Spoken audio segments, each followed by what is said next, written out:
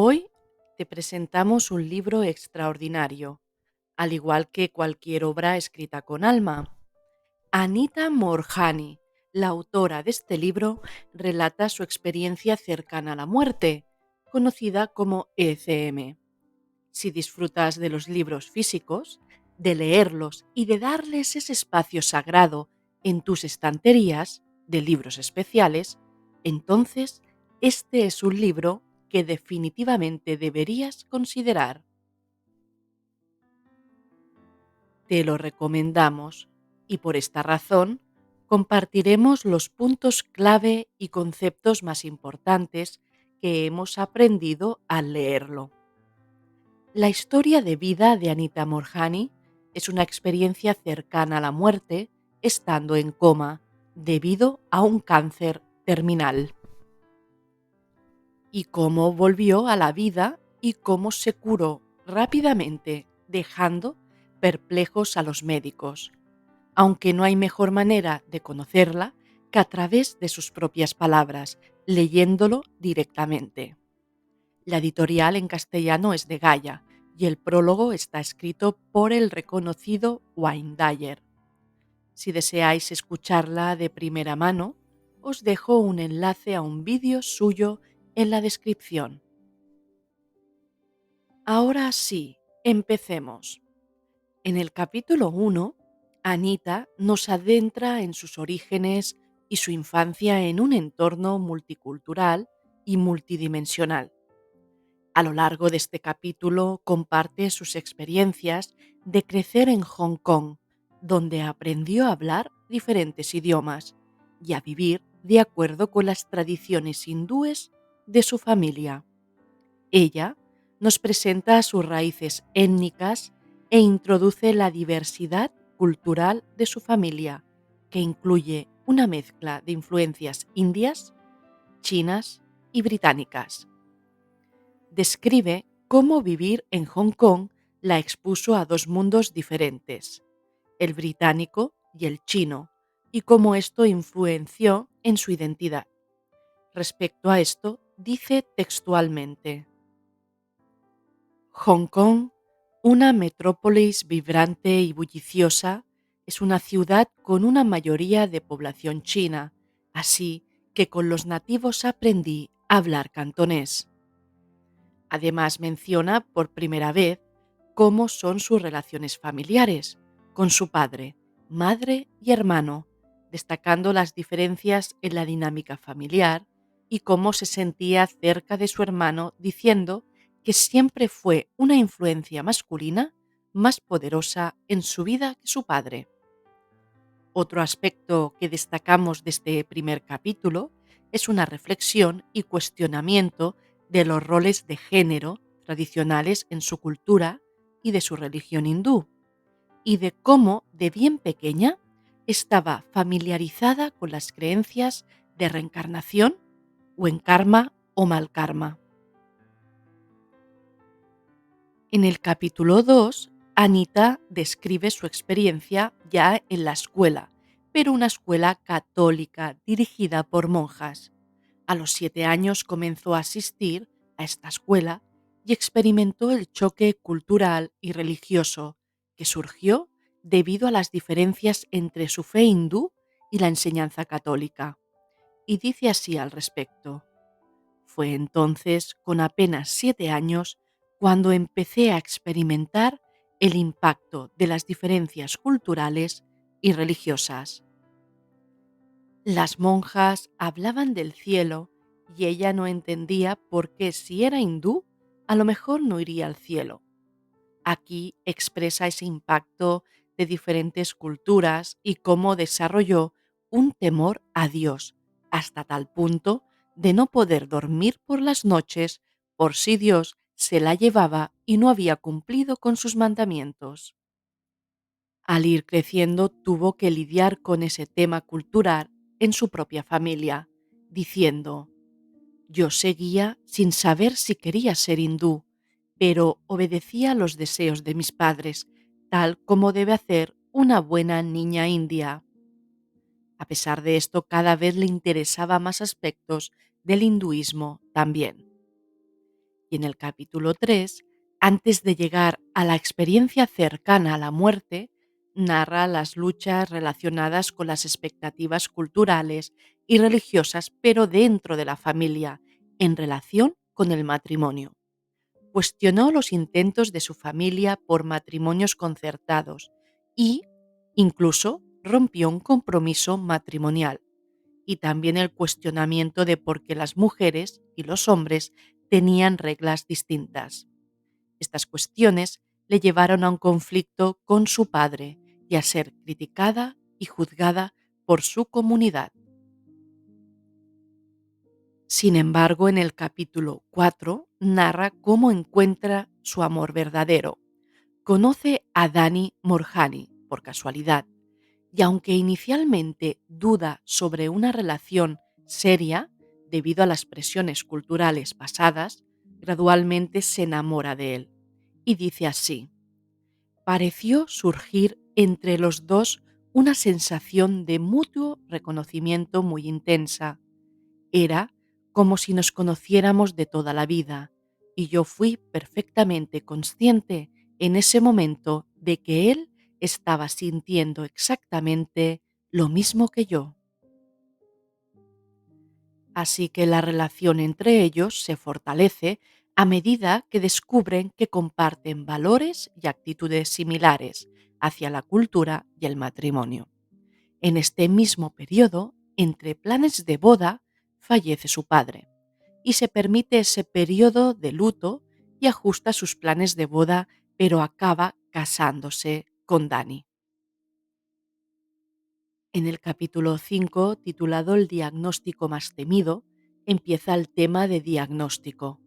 Primero ella y Dani se mudaron a un tranquilo barrio residencial en Hong Kong con su perro. Sin embargo, su familia se mudó a la India por temas económicos y eso la hizo sentir muy sola. Además, Anita perdió el trabajo debido a la recesión, lo que la sumió en el estrés y la soledad. En esta etapa, su amiga llamada Sony le diagnosticaron cáncer y al cuñado de Dani también. Anita estaba muy sensible con esa enfermedad del cáncer y justo en ese momento a ella también le diagnosticaron uno, el linfoma en el cuello. Aquí te dejo parte de una conversación entre ella y su marido Dani que encontraréis en el libro. Dice así: no quiero quimioterapia, anuncié con decisión. Pero cariño, esa es prácticamente la única opción que tenemos, me dijo Dani, sorprendido. Yo me giré para mirarle con determinación. Mira lo que la quimioterapia le está haciendo a Sony y al marido de tu hermana, respondí angustiada. No quería tener esa conversación, quería que las cosas volvieran donde estaban antes. Me cubrí la cara con las manos e intenté alejar mis pensamientos. ¿Querrías tú morir así?, exclamé, y hasta yo pude oír el terror que se deslizaba en mi voz. Nuestros amigos se están consumiendo y sufren terribles dolores. Prefiero morirme ahora mismo que permitir que me pase eso a mí. Esta conversación la he resaltado porque refleja muy bien su proceso de dudas de realizar la quimioterapia, cosa que más adelante en el libro se descubre que después de la experiencia cercana a la muerte, estas dudas se transforman. En el capítulo 6 se narra la muerte de su amiga Sony. Esto le empuja a buscar otras alternativas holísticas y viaja a India para seguir un sistema de curación ayurvédico. Aquí muestra las ansiedades vividas por dos sistemas diferentes de dietas y tratamientos. Estaba hecha un lío. Mientras finge ser fuerte ante los demás, necesitaba aislarse cada vez más, estar a solas. Se sumió en pensamientos de culpa y vergüenza, creyendo que había hecho algo malo, un mal karma, y que debía avergonzarse. Mientras tanto, Dani era su principal apoyo y entendía lo que ella necesitaba. No fue fácil ese proceso en que notaba un deterioro físico grave, con problemas respiratorios, úlceras, pérdida de peso y debilidad extrema. Y más adelante, ahora en el capítulo 7, la narración del libro entra en la fase cercana a la muerte, le ECM. Aquí es llevada de urgencia al hospital, en coma, debido a su avanzado cáncer. Los médicos son pesimistas sobre su supervivencia. Es la primera vez que está en este hospital y es atendida por un equipo médico diferente. A pesar de su estado cercano a la muerte, ella experimenta una percepción intensificada de su entorno y de lo que sucede a su alrededor. Se somete a varios procedimientos médicos, como escáneres y administración de oxígeno, pero su situación sigue siendo grave. Sin embargo, ella es consciente de todo, se siente liberada de su cuerpo y experimenta una sensación de expansión y conexión con todo lo que le rodea. Te leo parte de sus pensamientos en este estado. Puede que el corazón de su mujer siga latiendo, le dijo a Dani, pero ella ya no está aquí. Es demasiado tarde para salvarla. ¿De qué está hablando la doctora?, me pregunté. No me he sentido mejor en mi vida. ¿Y por qué mi madre y Dani parecen tan asustados y preocupados? Mamá, no llores. ¿Qué ocurre? ¿Estás llorando por mí? No te preocupes. Estoy bien. De verdad, mamá, lo estoy. Pensaba que estaba diciendo esas palabras en voz alta, pero ningún sonido salía de mi boca. No tenía voz. Quería abrazar a mi madre, reconfortarla y asegurarle que estaba bien, y no comprendía por qué no podía hacerlo. ¿Por qué mi cuerpo no estaba cooperando? ¿Por qué estaba allí tumbada, inerte, cuando lo que quería hacer era abrazar a mi marido y a mi madre y decirles que estaba bien y que ya no sentía dolor? Aunque los demás veían su cuerpo, ahí ella era consciente de todo. Lo hemos podido ver en esta conversación que tenía consigo misma. Se da cuenta de que el tiempo y el espacio se perciben de manera diferente en este estado de conciencia expandida. Ella experimenta un amor incondicional y se comunica emocionalmente con su padre en este capítulo y con su mejor amiga Sony, quienes habían fallecido anteriormente.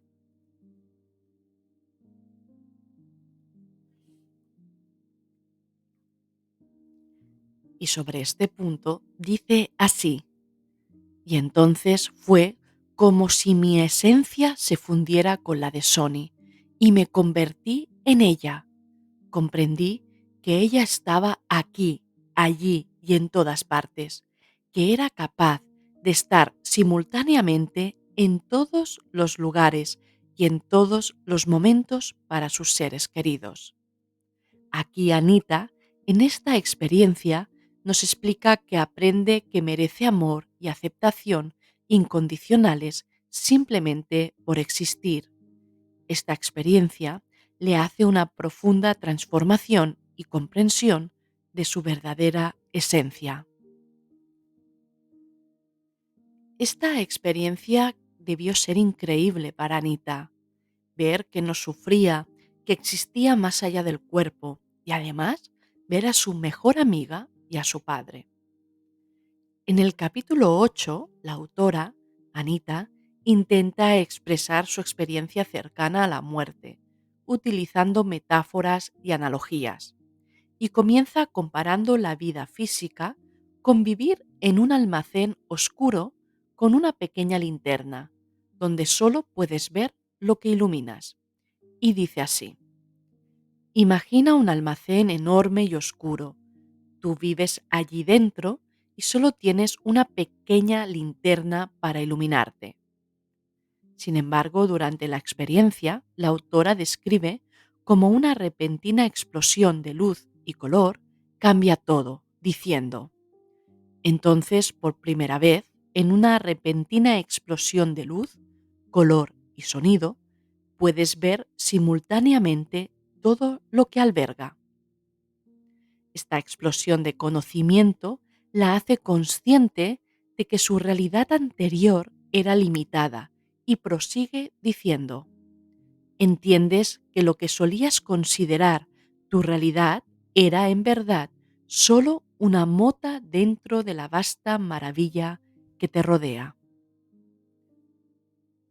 Esta toma de conciencia es vital en todas las experiencias espirituales. Más allá de este mundo, las cosas se perciben con otro color. Y esto nos lo enseña. Estad atentos a lo siguiente. Durante su experiencia, Anita siente un amor incondicional y una conexión profunda con su padre fallecido. Y dice así sobre esta experiencia: aunque nunca estuve muy unida a mi padre durante mi infancia, todo lo que ahora sentía emanar de él era un amor glorioso e incondicional. Entonces él le comunica que siempre ha estado en casa, lo que representa un cambio significativo en su percepción de su padre. Este punto refleja muy bien que hay una conexión amorosa, de inmenso amor, más allá del personaje que somos y han sido otros en vida. En última instancia, esto es un amor profundo. Y más adelante en este capítulo explica una dicotomía que tuvo en este estado cuando estaba en coma. Tuvo una encrucijada donde debía tomar una decisión entre volver a la vida física o continuar hacia la muerte. Eligió volver, pero el asunto potente es el siguiente. Dice así: llegó a un punto en el que sintió poderosamente la tranquilizadora presencia de su padre envolviéndola. Y finalmente, aquí es cuando toma la decisión de volver y se dio cuenta de que su cuerpo se curaría rápidamente si abrazaba su verdadera esencia y amor incondicional. Y respecto a esto dice: descubrí que puesto que me había dado cuenta de quién era realmente y había comprendido la magnificencia de mi verdadero ser, si elegía volver a la vida, mi cuerpo se curaría rápidamente. Esta experiencia la llevó a comprender que el propósito de la vida es ser uno mismo y vivir en amor incondicional y ser el amor que somos. En este capítulo 8 se marca un punto crucial en la comprensión que tuvo sobre la vida y la muerte, así como su propia identidad y el propósito en la vida.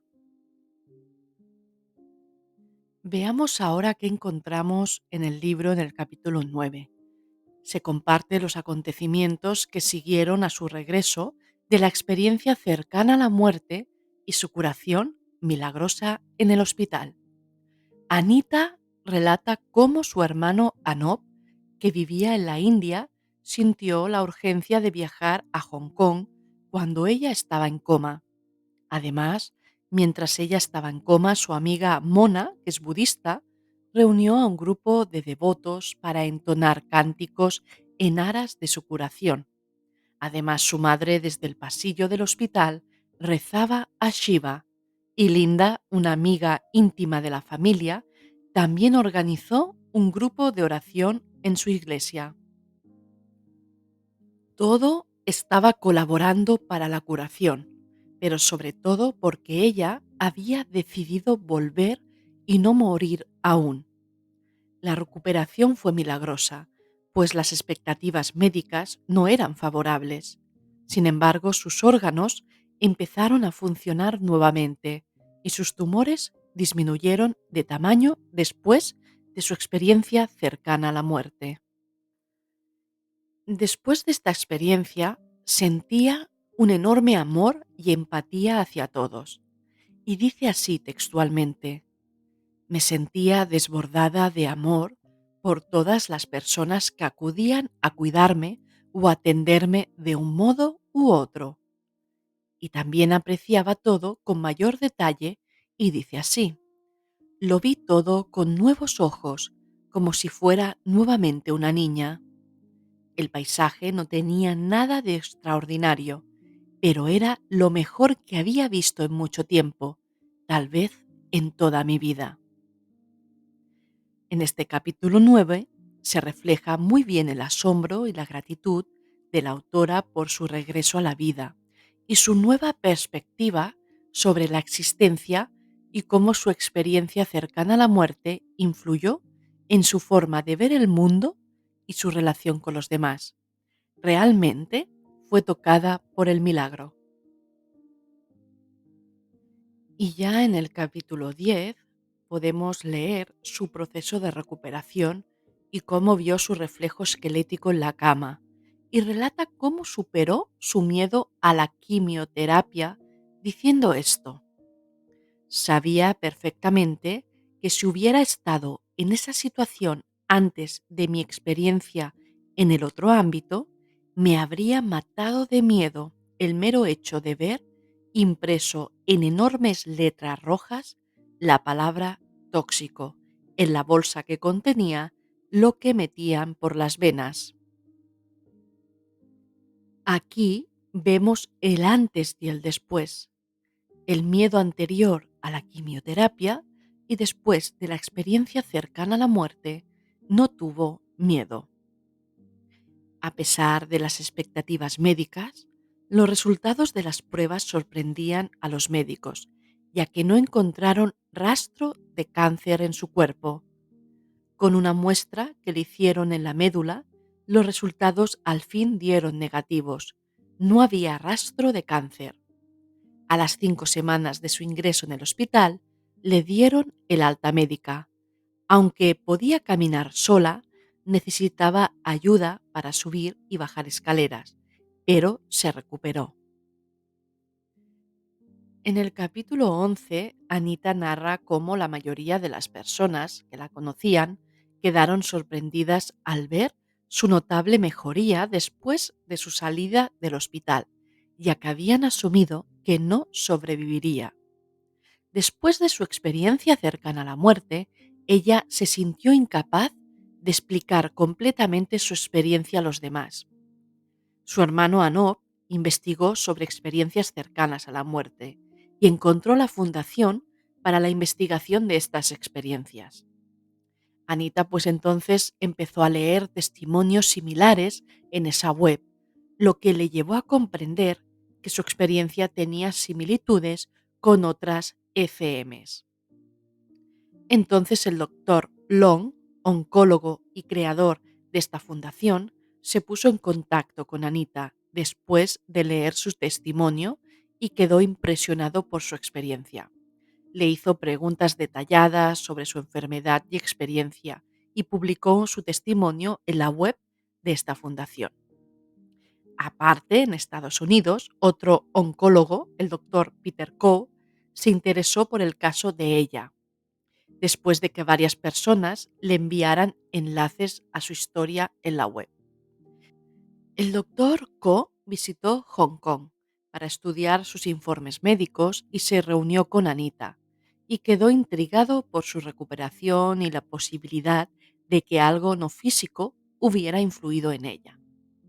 Y ya en el capítulo 12, Anita expresa que durante los primeros meses después de salir del hospital se sentía eufórica y veía el mundo con ojos nuevos, apreciando la belleza en las cosas cotidianas y redescubriendo su capacidad para disfrutar de la vida. Sin embargo, a medida que pasaba el tiempo, se dio cuenta de que sus prioridades habían cambiado y se sentía perdida en cuanto a su rumbo en la vida. Ya no se sentía cómoda con su antiguo trabajo ni con la vida que llevaba antes de la ECM. Sus relaciones sociales se volvieron complicadas, ya que la mayoría de la gente no comprendía la profunda transformación que había experimentado. Sin embargo, ella desarrolló una profunda compasión por todos, incluso aquellos que habían cometido actos terribles, y su perspectiva sobre la muerte cambió radicalmente. Y no todos comprendían esto que ella vivió. Sin embargo, su marido, Danny, la animó a escribir como una forma de procesar sus emociones y experiencias. Ya en el capítulo 13, Anita narra parte de su transformación personal y cambio de estas percepciones de las cosas. Por ejemplo, dice así: ya no tenía miedo de nada, ya fuera la enfermedad, el envejecimiento, la muerte, la falta de dinero o cualquier otra cosa. Cuando la muerte no conlleva ningún horror, ya no queda mucho que temer. En esta etapa su marido pierde el trabajo y le anima a que haga realidad su sueño, que es montar una empresa de herramientas de asesoramiento profesional para estudiantes y empresas. Lo interesante que remarca en este capítulo es la importancia de vivir sin miedo, que expresa la autora diciendo: desde que me sucedió la experiencia cercana a la muerte, me pareció que simplemente se evidenciaba de una nueva manera que el universo funciona a nuestro favor. Era una oportunidad de hacer algo más estimulante. Así que después de esta experiencia que tuvo, estas palabras resonaron en ella: regresa y vive sin miedo, y las consideró un lema para su nueva vida, abogando por seguir los sueños y vivir auténticamente. Y además expresa cómo ahora, en situaciones de estrés, busca primero calmarse. Y de esto dice así: si me siento estresada, nerviosa, infeliz o cualquier otra cosa parecida, me voy a mi interior y me ocupo primero de esos sentimientos, antes de nada.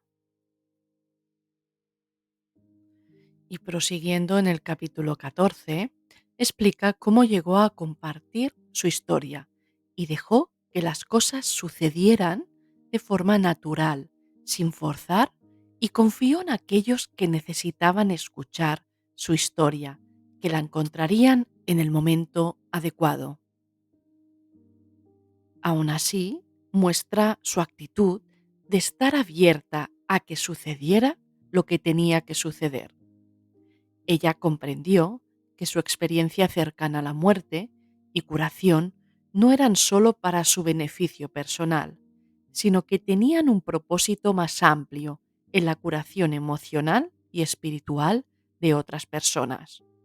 Además, reflexionó sobre cómo la percepción del tiempo cambió después de su experiencia y cómo todo en la vida está sincronizado de manera perfecta. Un punto relevante en este capítulo es cómo ella aprendió a confiar en su verdadero ser y en la sabiduría del universo, permitiendo que las cosas sucedieran sin esfuerzo y siguiendo su camino único. Y respecto a esto, dice: permitir que me guíe, me proteja y me dé todo cuanto preciso para mi felicidad y bienestar definitivos es consecuencia del mero hecho de permitirme ser yo misma. Aquí en este capítulo también se muestra cómo Wayne Dyer fue un pilar fundamental en el camino de la autora. Después de leer su experiencia, Dyer se puso en contacto con ella. No solo le brindó apoyo emocional, sino que también ofreció colaborar en el desarrollo y publicación de su libro. Esto ocurrió después de que Dyer hablara sobre la experiencia de la autora en su programa de radio, lo que generó un interés significativo en su historia. Él incluso escribió el prólogo del libro. La ayuda y el apoyo que dio desempeñaron un papel crucial en la difusión de la historia y el mensaje de la autora en todo el mundo. Y progresando en este resumen de este libro, en el capítulo 15, Anita enfatiza que las personas que no se curan de enfermedades no son menos que aquellas que se curan, y que cada individuo tiene su propio viaje y propósito. Durante su experiencia cercana a la muerte, ella llegó a comprender que el cáncer no era un castigo, sino una manifestación de sus propios miedos y falta de amor propio. En una frase lo dice así: la enfermedad no era un castigo. Por fin entendí que era a mí a quien yo había perdonado, no a los demás. Y descubrió que la clave de su curación fue abandonar el miedo y aceptar la muerte, lo que la llevó a un estado de claridad y conciencia profunda. El concepto más importante destacado en este capítulo es que la comprensión de la magnificencia de uno mismo y el amor propio son esenciales para la curación y el bienestar, y que el amor incondicional hacia uno mismo y hacia los demás puede transformar nuestras vidas. Y en el capítulo 16 se narra la conciencia de la unidad universal, y dice así: descubrí que cada pensamiento, emoción o acción que brotaba de mí mientras me expresaba a través de mi cuerpo físico tenía un efecto en el todo. Además, aquí Anita muestra cuál es el propósito de la vida en el plano físico y dice que es expresar amor, pasión y un abanico de emociones humanas que no se puede experimentar en el estado de conciencia pura y unidad. Y también nos nutre con una visión sobre la verdadera transformación de la humanidad, diciendo que cuando cada uno de nosotros seamos capaces de mirar a los ojos incluso a nuestro peor enemigo y ver en su mirada nuestra propia mirada, entonces se producirá una verdadera transformación en la raza humana.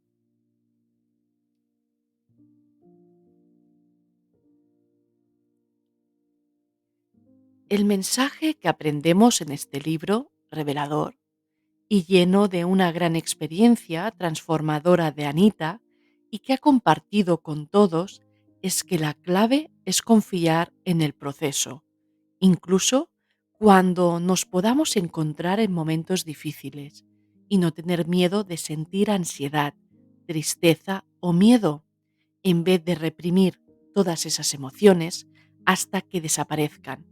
La clave es aceptar sin miedo. Una frase que destaco en este último capítulo, aunque todas son auténticas, es esta: no es la oración en sí misma lo que hace que algunos seamos más conscientes de nuestra magnificencia que otros. Ello resulta, más bien, del hecho de permitir que nuestra pasión interior dirija nuestras vidas. Espero que este resumen y análisis de este libro, Morir para ser yo, de Anita Morjani, te haya gustado. Y el enlace al libro lo encontraréis en la descripción, además de un vídeo hablando ella directamente de su experiencia. Si deseas más resúmenes de este tipo, déjalo en los comentarios y con gusto lo leeremos. Muchas gracias por acompañarnos.